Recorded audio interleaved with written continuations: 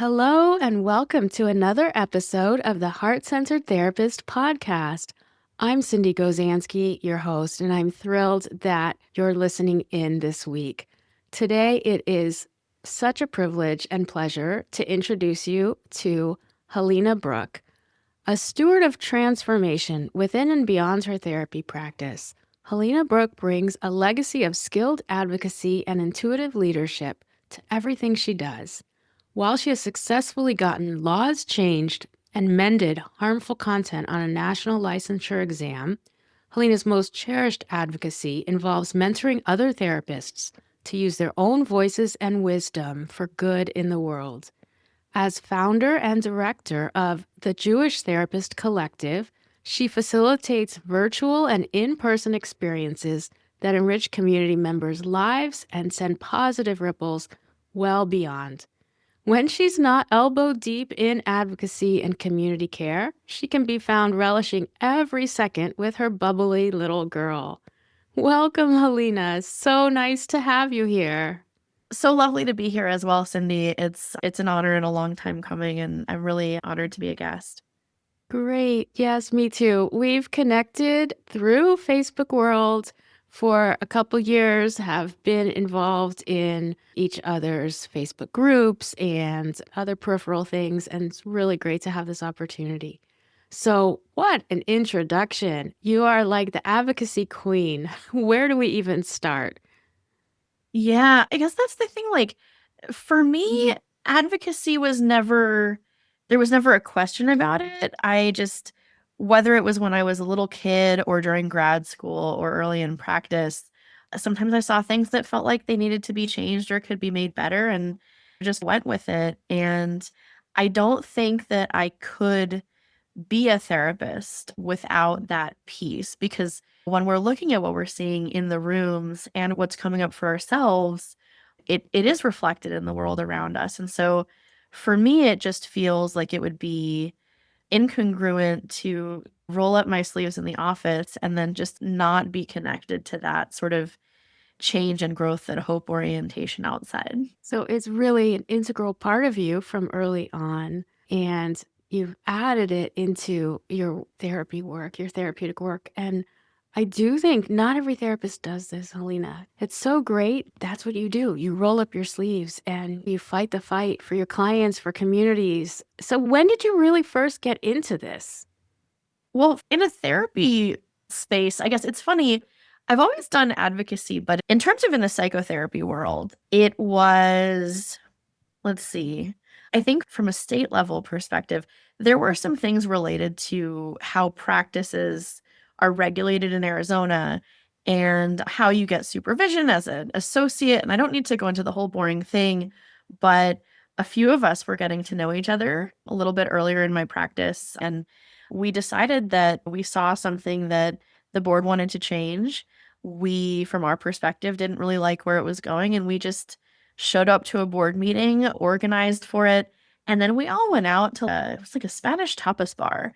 And we got to know each other. We became friends. And it was such a relief to see that not only could we have our hand in making a change or preventing a change, but we could do it collaboratively and without sacrificing the relationships with the people on our board or our board director or other people in the community. And, there it was, off to the races we were. We started changing laws and yeah, it's not as hard as it seems. It's more approachable, I think, than people realize. You just kind of just have to be a little bit brave, and if you're not doing it alone, it makes it easier. Mhm. Well, I also think that sounds like a really gutsy move because a lot of us, we don't want to get involved with the board at all, right? There's like something that creates so much, not fear, but Oh, it's very scary, yeah. especially we as therapists, and I've talked about this before, we have this culture of wanting to do everything perfectly and being afraid of making mistakes. And frankly, the possibility of being even looked at for a mistake is so scary, even if we didn't make one, that, yeah, people see the board as this big boogeyman, but at the end of the day, it's just made up of people like us. And I think sometimes it pays to take the risk. It's the same way as like getting curious about a client or a situation that we might not know enough about or might have preconceived notions on, and being brave and curious and showing up. And it's really not that scary. You're giving people so much courage. I love this, Halina. Especially like even just that idea, the board, we see it as a boogeyman, but it's just people like us. I honestly never think of it that way, even though I do know other people who have served on the board, but it still presents that like big, scary thing. So this is exciting. We could have a whole podcast just on interactions with the board, but I Yeah. want you to share with our listeners about this amazing organization that you founded, which is called the Jewish Therapist Collective, because there's so much that's also relevant and applicable to anybody else who wants to create some kind of similar community, advocacy, grassroots organization. And so, really excited to learn more about it. Just start like, how did you come up with this idea and meet a need that you saw? Yeah. So here's the thing, like in therapy, we talk about multiculturalism in this kind of broad way, and we're supposed to have these competencies. But beyond that, I don't know that there's as much clarity on what that's supposed to look like and how we bring it into our practice, not just with how we analyze the person in front of us, but what we're doing as people working in the field. And so I guess while I was in finishing up grad school, I was, of course, getting involved in the various Facebook groups for therapists. And there were opportunities to talk about various other demographics and concerns and things like isms and phobias and obstacles that folks have to deal with. And someone made a post, a non Jewish colleague made a post that she was looking for resources on Jewish competencies because she had a client who was sorting out some personal stuff related to her own Jewish identity. The therapist wasn't Jewish and said, "Hey, does anybody have resources?" And we were all excited. We were like, "Oh, wow, someone's taking the initiative to step up and hold someone who deserves that support."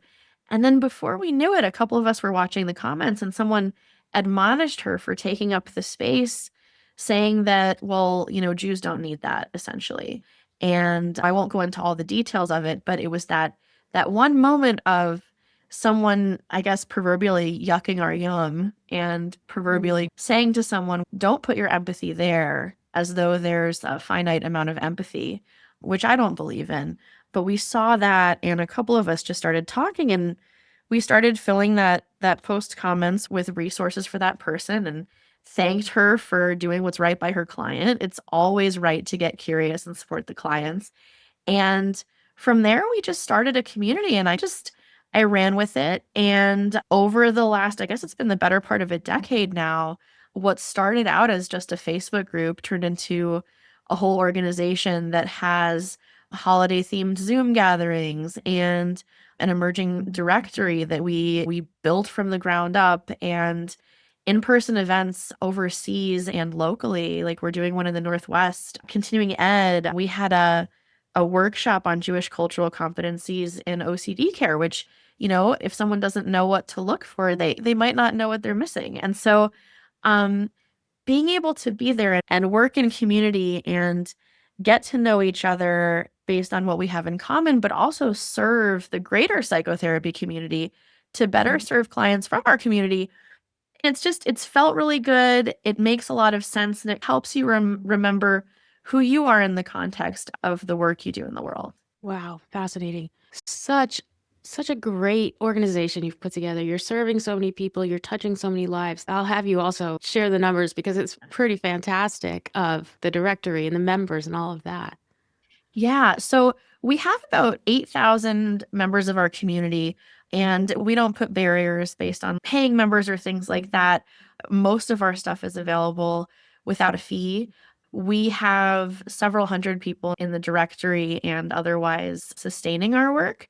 And that really helps us do things like advocate for Jewish psychotherapy grad students and early career professionals who might be experiencing hurdles and navigating situations around hate and anti-Semitism. And I think that in any community that is sort of built around affinity spaces, it's really important to make sure that, yes, the community part of it and doing things together is really important, but we need to keep dedicated to the advocacy side and holding the door open for the generation after us. We recently sent almost 50 psychotherapists from North America overseas for a really intensive trauma learning and experiential program.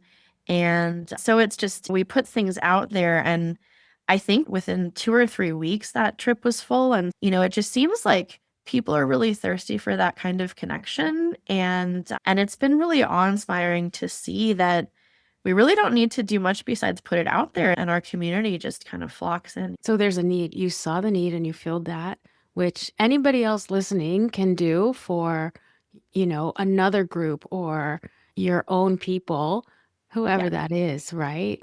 Yeah. And that's the thing. Like, when we are working with clients and we're noticing themes in what our clients are going through, or we notice how various things that we as people, as therapists, are experiencing outside of therapy and the way it's impacting our work, it's really easy to say, okay, I'm not the only one experiencing this, or I'm not the only one noticing this. And I mean, the human condition is universal. And when you sort of layer that in with what you're noticing in your own corner of the world or your practice, it's really easy to see where those intuitive, warm changes could be made. And if you have the idea or you're noticing it, you're not the only one noticing it. But to have that community piece is so important. And I think as therapists, we, most of us work in a lot of isolation. We have that desire for connection beyond the client therapist connection, and we seldom get it. So Yeah. here you're creating a group where other therapists who happen to be Jewish psychotherapists can get together and train. They can learn about trauma or brain spotting. They can attend a webinar or like a social holiday Zoom. That's really cool. People long for this community. And especially, Halina, thank you for talking about the rise in anti Semitism. We're recording this in February 2025. So we're only, what, 500 something days out from October 7th. And it's a very hard time for Jews all over the world and also in America, but sometimes it doesn't get recognized. Or therapists might feel really alone or not know who they could turn to if they wanted support. So thank you so much for being brave and talking about that and saying there is a place. And then creating the allyship where other people who might be working with a Jewish client and don't know how to support them because they're experiencing some anti Semitism, you're saying they can reach out to your organization, the JTC.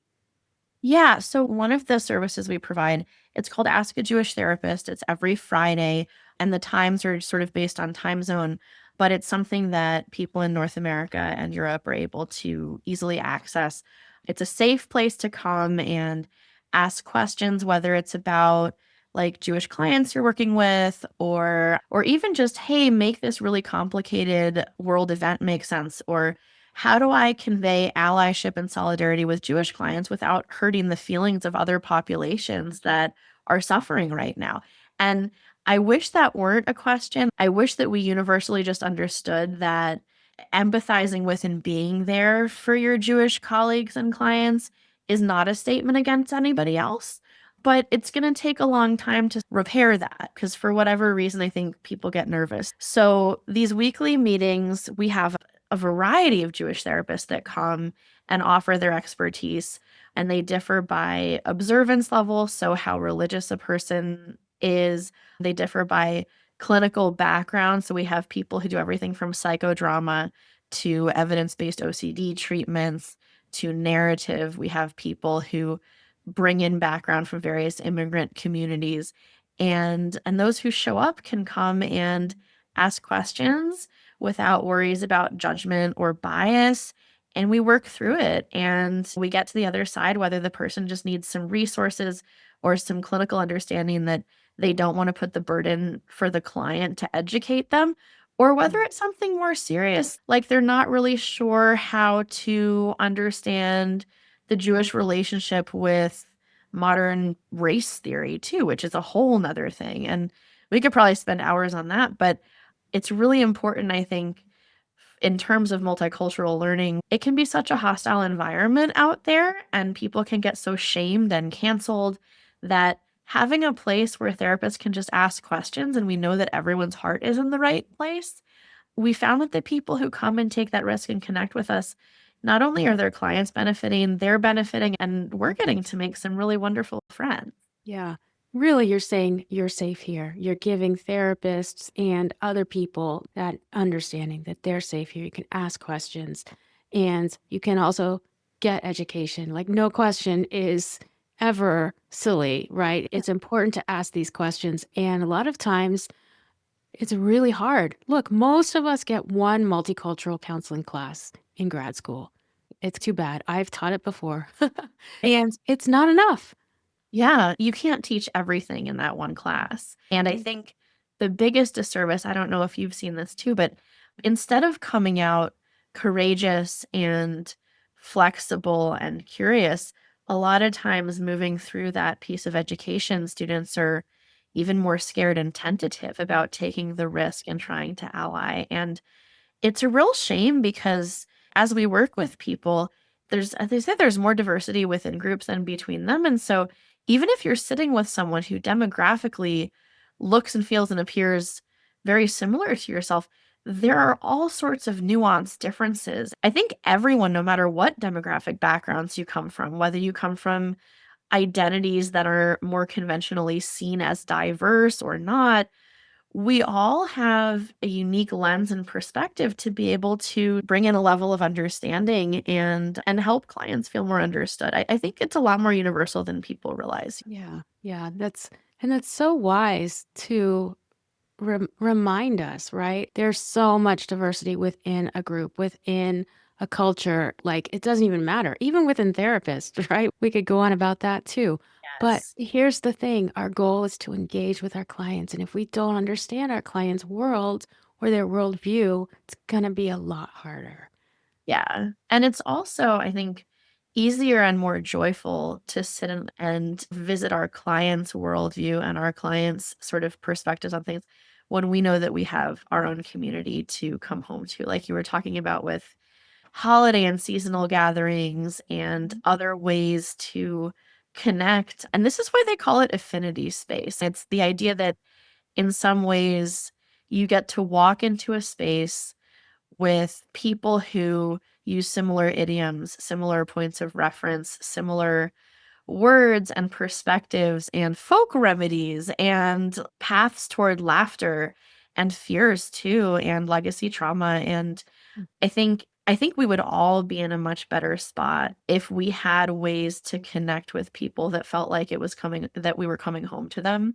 If not weekly, then at least monthly. And I think it's well within the realm of all therapists to access that. At least I hope. You know, Yeah, yeah, exactly. I hope people rewind that piece you just said because it was you articulated so beautifully and so important. And yes, we're talking about affinity groups. In this case, you've created the Jewish Therapist Collective, but what you just said applies to anyone. We could be talking about other religious groups. We could be talking about other cultural groups, people who come from a certain country, whatever that affinity is that they identify. yeah.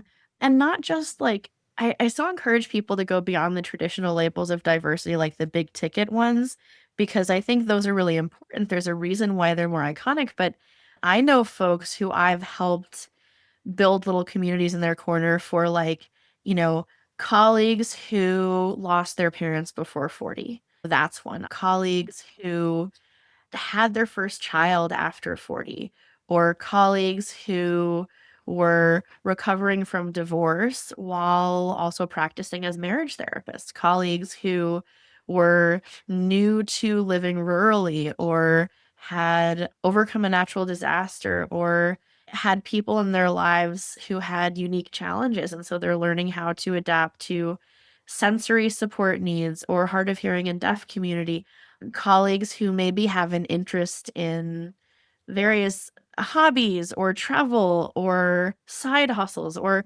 breaking free of the side hustle paradigm. There's so many ways to find community, and it's not always skin deep or attached to a broad label.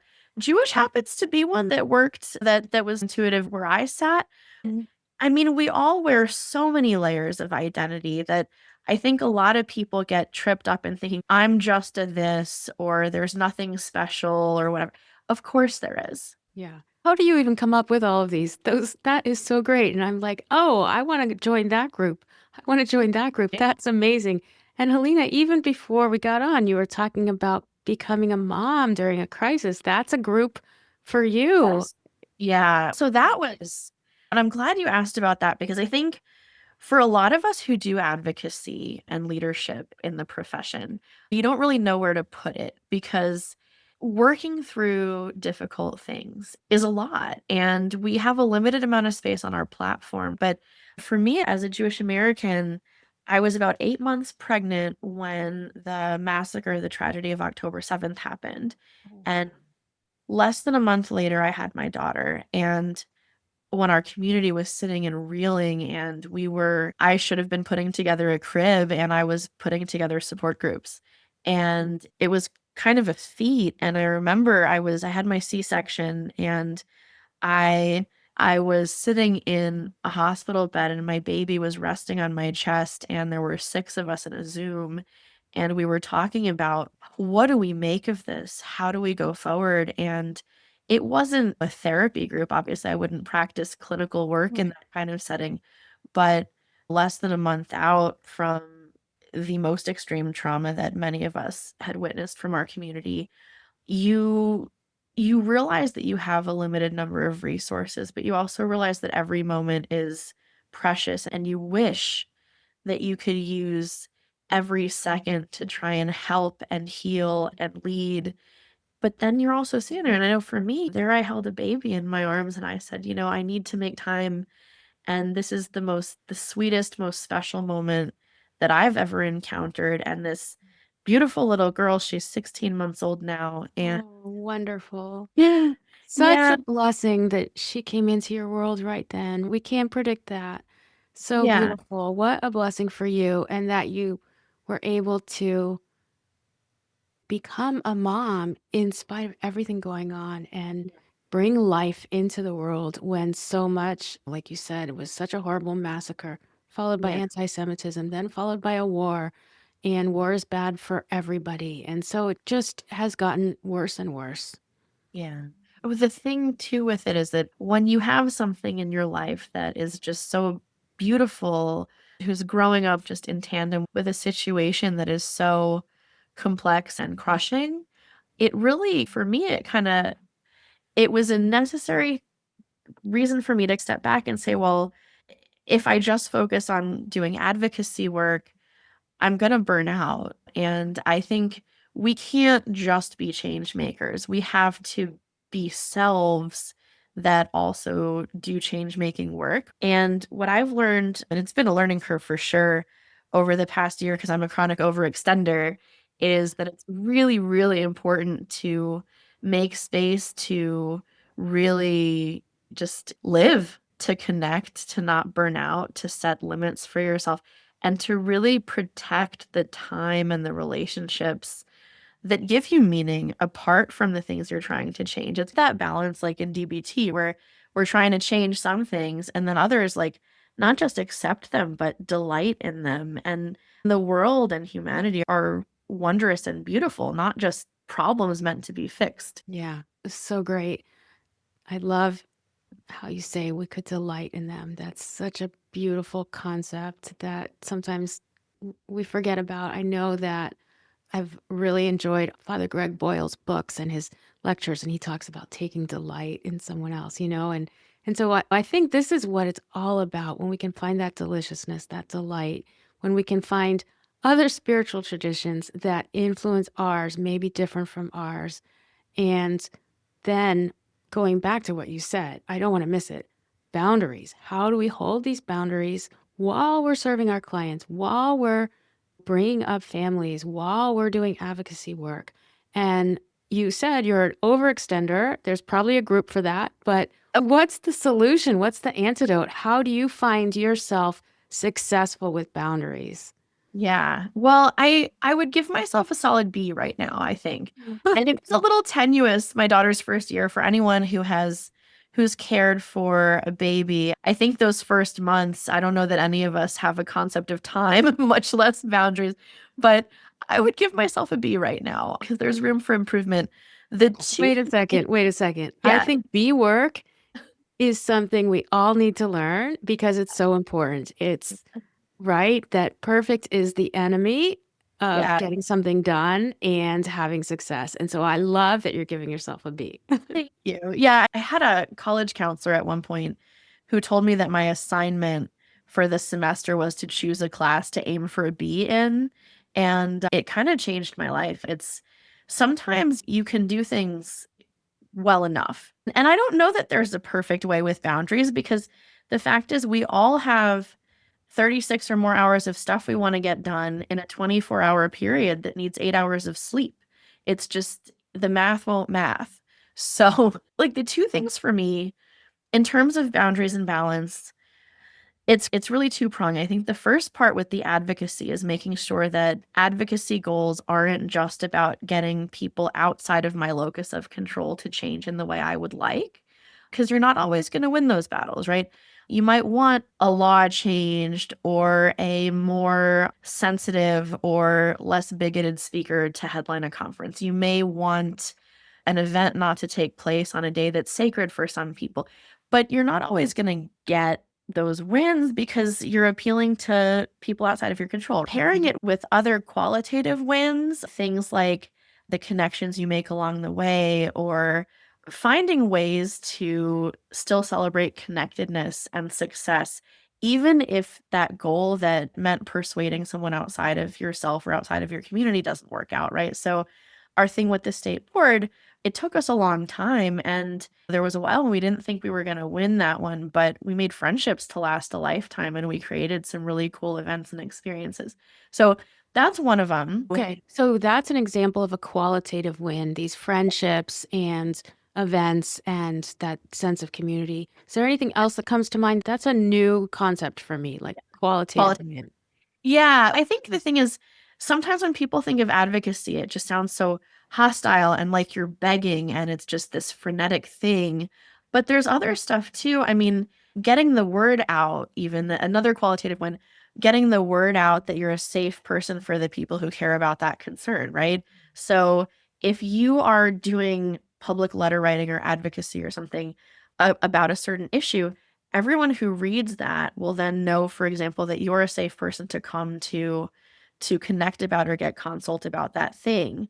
You might be opening up a new space in your practice to support more people dealing with it. You might make connections with mentors and friends. So that's a big one. Those are great Yeah. examples. Yeah, so that's a way to keep things manageable because I think sometimes if we lose a battle, a lot of us tend to want to keep throwing, I guess, proverbially good money after bad, which wastes a lot of time and resources, and it can make you feel really defeated. So that's a big one. But then the other one is just really guarding certain chunks of time. I know that my weekends, for example, are really precious. And if I don't put hard boundaries around them and just let them be unscheduled and some might say lazy, but I guess playful and whimsy, if I don't treasure those and put boundaries out around them, then work can seep in through the smartphone and through like little things here and there. And just in the moment when I'm disconnected from work, remembering to notice how good it feels in my body that I am carving out that space for my daughter and my family. I mean, that's what it is there. That's an unmistakable feeling. Yeah. And let them call you whatever they want. You know your truth and you're putting yourself first and thriving in the way that you need to on the weekend. That's so important. And just to remind everyone, you have a private practice. You don't just do this advocacy and run this No. huge organization and this huge Facebook group. You also have a private practice in Arizona. You worked a full day yesterday of clients because I was emailing you and you're Yeah. like, I can't get back to you until 8 o'clock last night. Yeah, yeah, it's a lot. And I think the other thing too is sometimes we get so much on our plate that it's okay to decide that something is front burner, back burner, off the burner. And we might have a million things that we want to see through. But also, if you're feeling overwhelmed or if you're feeling like you really need to step some stuff back, there is a path. And so looking at that and seeing the array of things on your plate, just know that there is a path forward, because I think sometimes it can feel like, I know for me, my inner guilt voice tends to tell me that I can't let anything go. And I think it's really important to give ourselves some grace and some permission that you might be able to do everything, but you can't do everything at the same time, you know? Yeah. Yeah. And when you chunk your weekends and you like set the weekends aside so it can be you and your daughter and your family, what helps you have that permission to do that? Is part of it? I mean, here we're talking, we're talking about being Jewish. I'm Jewish too. Is part of it like a spiritual thing for you? Like, how do you give yourself that permission? Because I think that inner guilt, I'm an overextender too, right? It gets to us. And I mean, you're helping so many people, Halina, just by sharing all of this. And we see ourselves in you. So how can you help us like take that step to make it special and not work? Yeah, yeah. Okay, so this might be a little woo, so I hope your listeners are into the woo stuff. So, a lot of it actually is rooted in my Jewish spirituality, and I'm not someone who, I mean, there are many Jews who observe our Sabbath by not using electricity and not cooking and things like that. That's not ever been something that my family has done, but I've always been very drawn to the idea of like kind of that hard reset and really carving out that precious time. Haven't always done it very well, but between that sort of weekly reprieve of just knowing that when the sun goes down on Friday, with the sun goes down the pressure. I kind of Mhm. picture that pressure on my shoulders descending over the mountain as the sun sets with it. It's a nice visual. And it kind of gives me this permission that I can go to sleep feeling peaceful and that everything will be waiting for me when that reprieve is up. But then also, like the Jewish religion, I think people don't really quite realize how, with the seasons and seasonally inspired it is, right? We just had a beautiful holiday that was the birthday of the trees. These are these things that people don't know about us.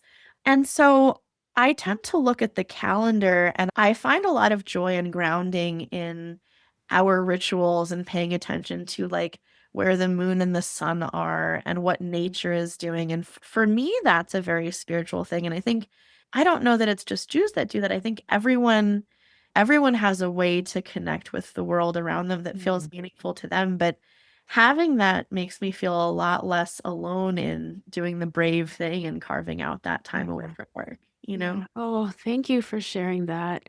Such a vulnerable and intimate connection for you with nature and with your sense of spirituality and going into the weekends. I love that. I think sure, we're talking about the Jewish Sabbath, Shabbat, which starts on Friday night sundown, but other religions have a Sabbath. And even if you don't observe that idea of, oh, I'm going to use this evening, watching the sun go down to allow the pressure to come off, that's such a beautiful visual. And maybe for a listener out there, there's something that used to matter to you as a kid or as a young adult, or that you would be interested in trying in terms of getting that rest. Because I think when we think about spirituality, God, nature, there's a pattern of rest as well as growth, and we need both. Absolutely. And I think whether it comes from like religion, faith, heritage, even like you're saying, little things from when we were younger, getting curious around the things that bring you peace or relief in your environment or in your memories, those can be really nice openers to get you to that place where you're opening your nervous system and your higher self to rest and indulgence and leaning into being cared for by this beautiful world around us. Yeah. We don't have to be the caregiver all the time. We can set that down sometimes.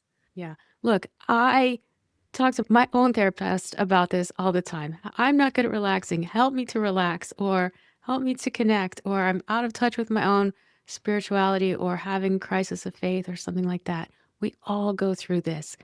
And also, like, getting in touch with something larger than yourself. I was just listening to this amazing podcast with Ed Milet. He's Yeah. so inspiring.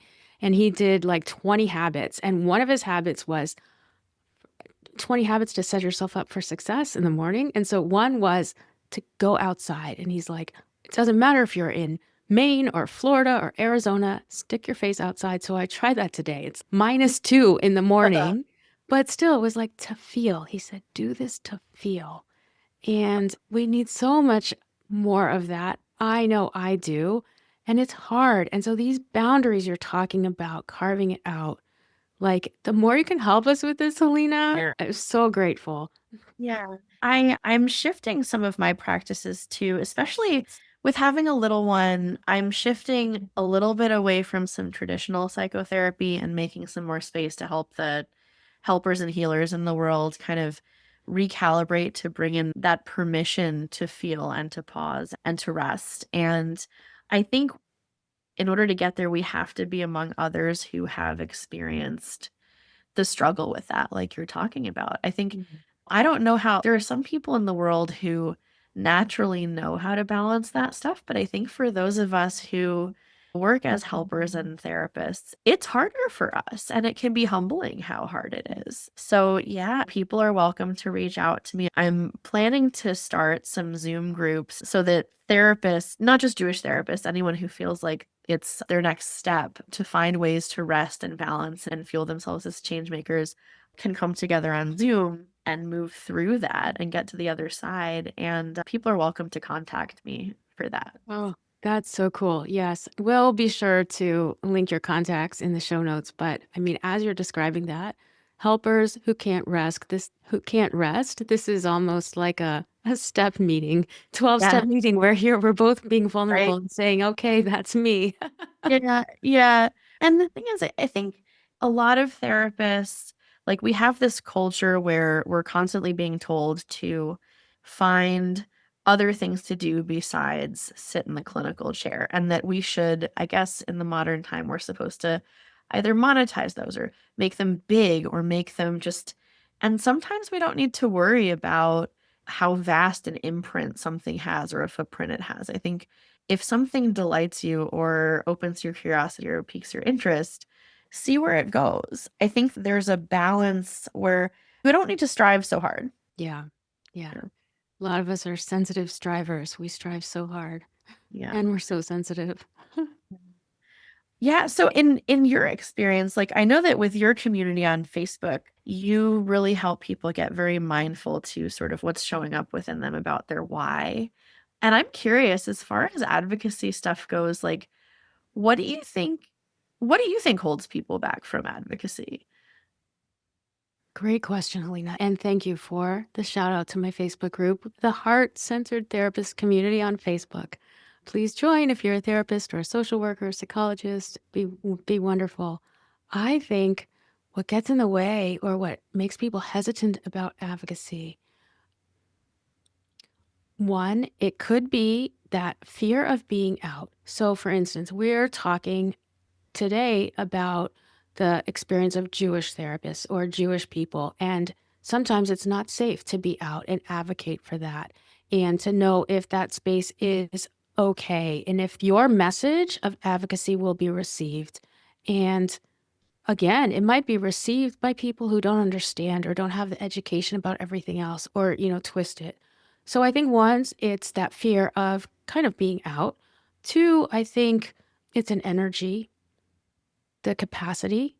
And then three, I think for me, like I'm thinking a big advocacy passion of mine is just accessibility of mental health, accessibility of mental health services. I say that over and over again on this podcast. We're an insurance-based practice in the community, try to be low barrier. I have master's level interns who provide low cost or free counseling, and yet it's still really hard. And sometimes I think it's that discouragement piece that it's like, keep trying and trying and trying, and there's still not enough providers or not enough ways to provide this service and make a living and keep my employees happy and the sustainability. So I think it's this vulnerability, the capacity, and like maybe the sustainability, the Yeah. long answer. I think that distills it perfectly. And I think you're also saying that when people hear the word advocacy, they see it as such a big thing. Like, let's gear up and put on our shoes and get a picket sign and get loud and face hostility.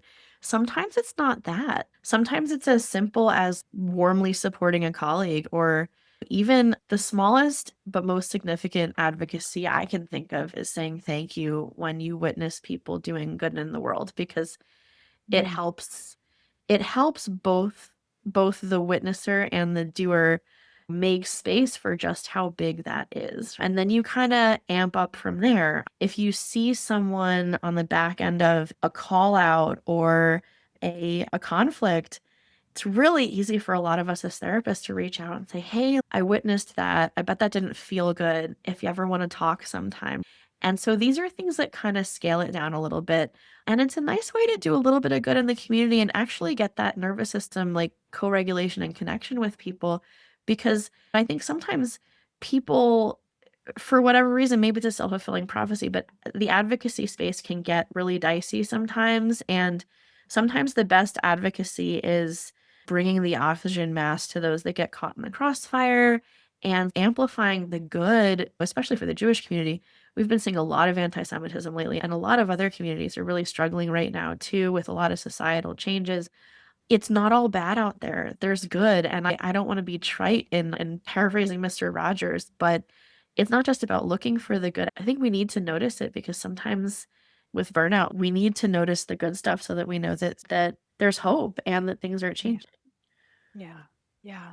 So beautiful.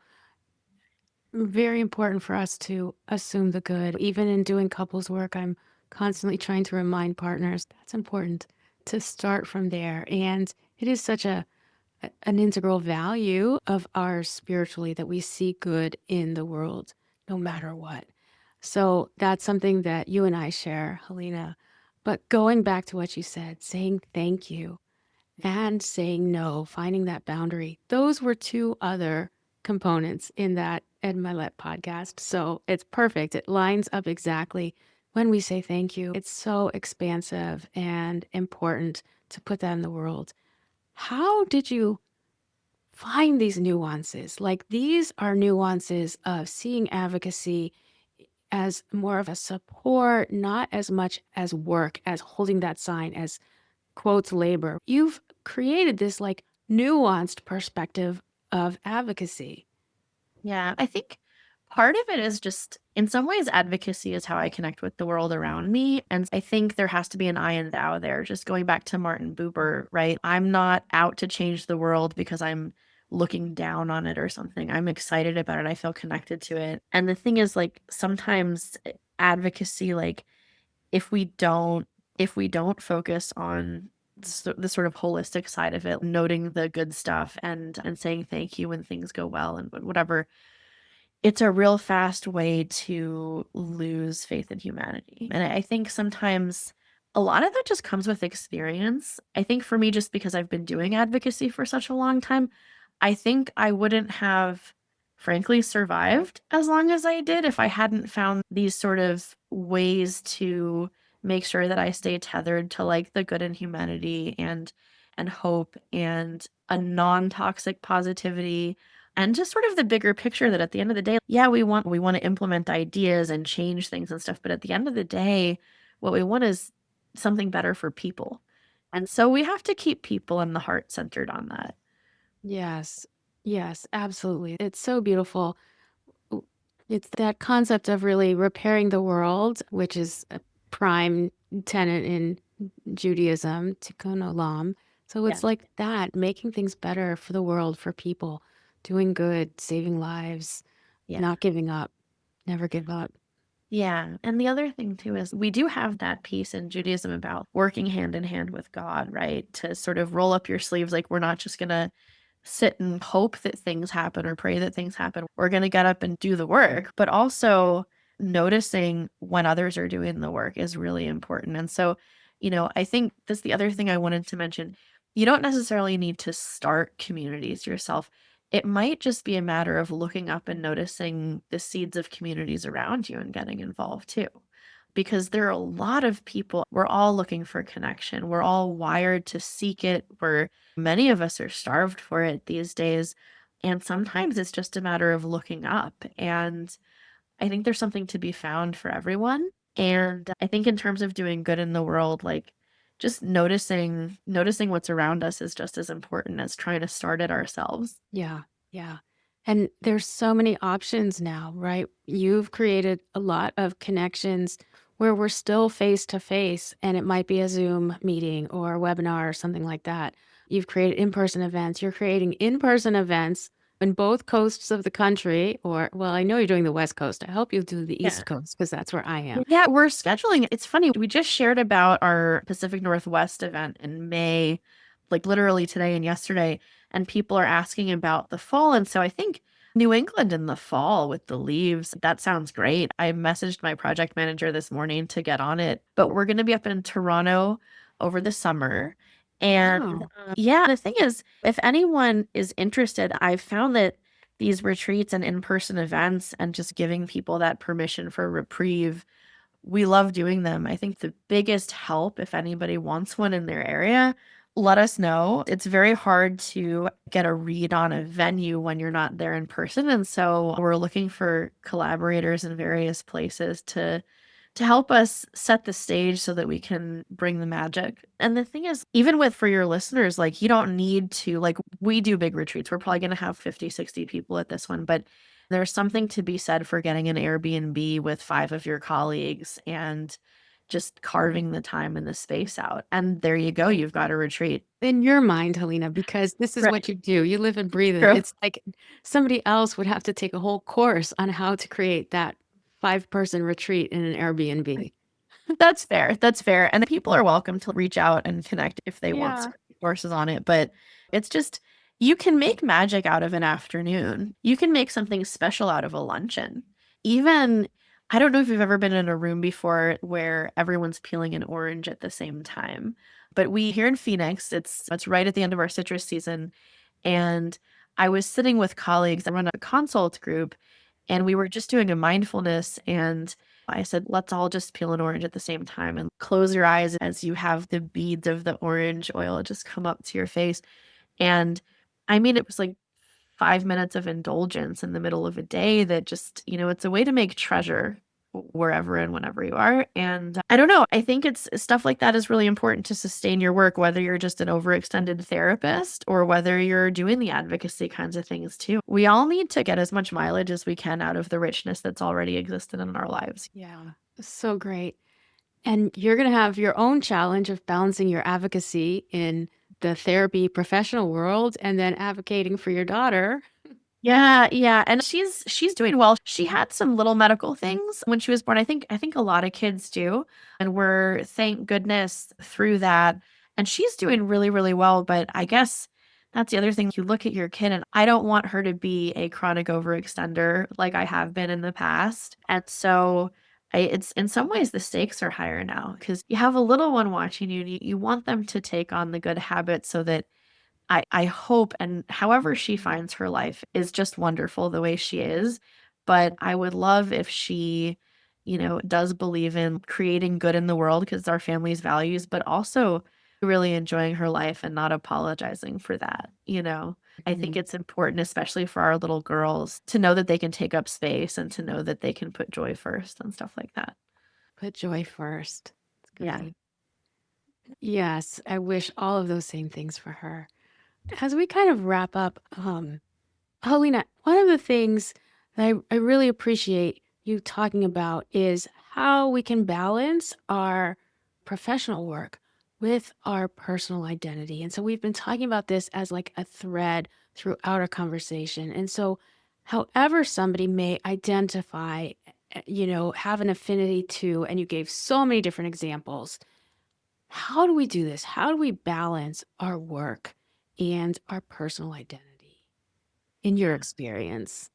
Yeah, I think it starts with what we are conscious of in our office as we're doing our work. And so, something that I like to think about first, sitting in the space where you conduct your sessions, without clients, but then also with, just imagine your whole being sitting in there, because I think a lot of us, especially those of us who come in with various layers of oppressions and obstacles, where we might have a negative self-talk idea that, oh, I only became a therapist X many years ago, I don't belong here, or my race or ethnicity is underrepresented as a therapist and I don't belong here, or my gender or my marital status or whatever means that take those pieces of you and just sit with them and just honor that they're there with you. And I know that sounds so small, but I think sometimes, even if we're not bringing in self disclosure or a really active part of that in our particular therapeutic lens,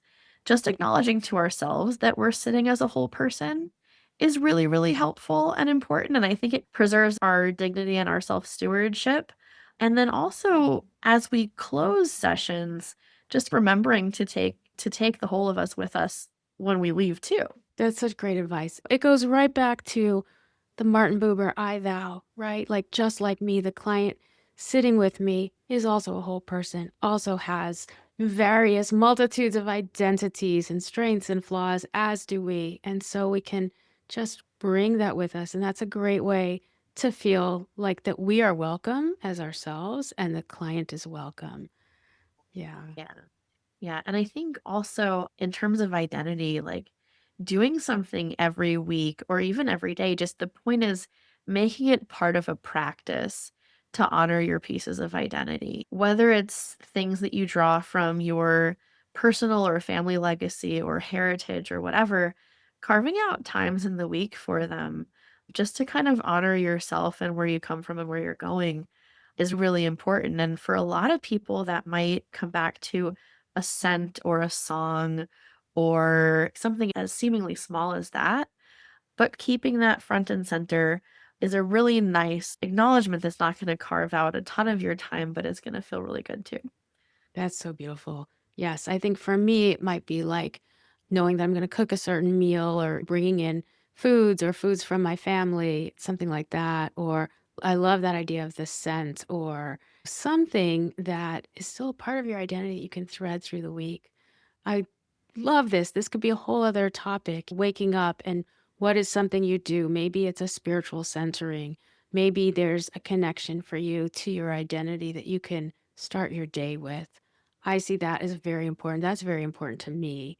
And perhaps ending your day too, but we can only go so far today. We're going to just go on and on here.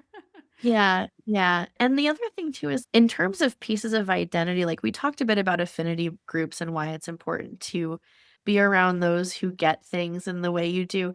But also, I just want to make a mention connecting beyond an affinity and connecting to others who might not get things in the exact same way. Every identity has points that are heavy and points that are light, points that are challenging and points that are really quite palatable. So for me, if I were to share about something with Jewish culture or heritage with my colleagues or with someone who I'm looking to bridge the gap with and foster some allyship, I might start like I did here on this podcast when I mentioned the birthday of the trees, right? Or we have a holiday coming up in about a month where we eat these little fruit-filled triangular cookies as part of a story. And so uh, you know, every identity has pieces that are warmly received, and exchanging culture and sharing important pieces of yourself with those around you. It doesn't always have to be look at my plight. It can be look at my light. Yeah. Yeah. That's so special to say it that way. Look at my light. And it's a way that we can show up for others, share with others, bring more light into the world. Yeah, and it amplifies itself. That's the thing about identity stewardship, right? Whether it's through advocacy or whether it's how we show up in our practice or our lives, these pieces of identity that a lot of us grapple with, they feel really good. They can feel really good. And it's my hope for your listeners that if anyone is feeling thirsty for nourishment from what their legacy brings them and where they sit in the world, I hope they find it. And I hope they have a really wonderful experience of deeper connection. Mm. Oh, what a heartfelt wish and prayer for everybody listening. Thank you so much, Helena. I really acknowledge you for all of the work you're doing in the world of therapists and beyond, and just creating connection and community in so many ways, as well as resources and advocacy. I encourage everybody to check out all the things you're doing. We'll link in the show notes, but please share with everyone where they can find you, websites, social media handles, all those good things. Sure. Yeah, so you can find the Jewish Therapist Collective at jewishtherapists.org. If you want to come to our Ask a Jewish Therapist groups on Fridays, they're free. And for those listeners who are Jewish, come on down and enjoy the affinity space at some of our events.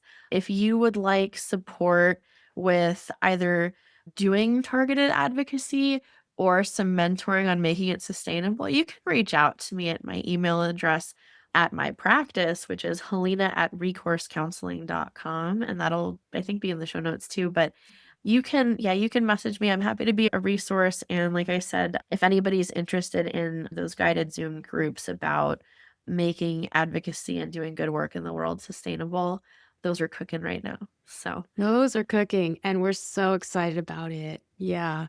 And also the social media everywhere, like Instagram, Facebook, LinkedIn is at Jewish Therapists. yes. Yeah. Yeah. Wow. This has been such a great conversation. I'm so excited to hear what's coming up next and to learn more from you, Helena. You really have so much expertise and passion in what you do. And thank you again for sharing it with our listeners. Really, it's been such a pleasure and an honor. So thank you again. Thank you. I've really enjoyed getting a chance to sit down with you, Sindee, and hopefully we can do it again sometime soon. Yes, absolutely. So thank you so much, everyone. And I really appreciate you listening. If you liked what you heard today, please share it with a friend or make sure you follow the podcast. And until next week, stay heart centered.